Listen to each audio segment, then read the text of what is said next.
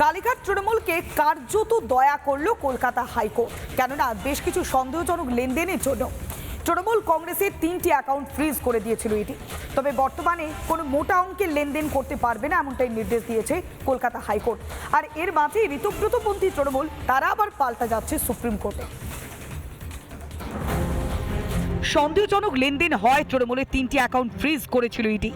তাতে কেঁদে কোকিয়ে আদালতে ছুটেছিল কালীঘাট তৃণমূল। অবশেষে হাইকোর্টের দয়ায় কিছুটা বেঁচে গেলেন পিসি ভাইপো। তবে পয়সা কড়ি খরচ করা নিয়ে তৃণমূলের পেছনে স্পেশাল অফিসারকে জুড়ে দিল হাইকোর্ট। যে 8টি অ্যাকাউন্ট তৃণমূলের বন্ধ করে দেওয়া হয়েছে, সেখান থেকে কি কি তথ্য পাওয়া যায়, সেই টাকা কোথায় গিয়েছে, কার কার কাছে গিয়েছে ইত্যাদি একাধিক বিষয়ে স্পষ্ট তথ্য দিতে হবে আদালতকে, এমনটাই কিন্তু নির্দেশ দেওয়া হয়েছে আদালতের পক্ষ থেকে।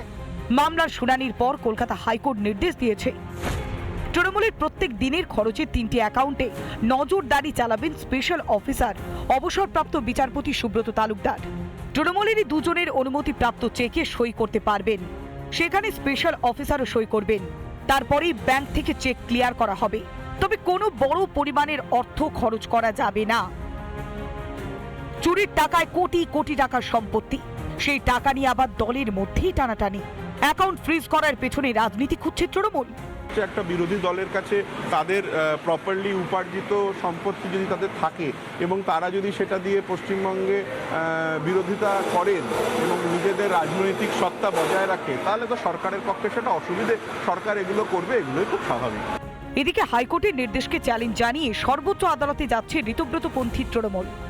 শোনা যাচ্ছে কলকাতা থেকে কেম্যান আইল্যান্ডস পর্যন্ত মানি লন্ডারিংয়ের রুট, এগুলো আমরা শুনেছি। তো আমরা আমাদের আইনজীবীদের সঙ্গে কথা বলেছি, আমরা সুপ্রিম কোর্টে এসএলপি ফাইল করতে চলেছি। তো ওদের একাধিক কালো টাকা যেখানে যেখানে আছে সেগুলো তদন্তকারী সংস্থা এরপর বার করে নিয়ে আসবে, চাপ নেই।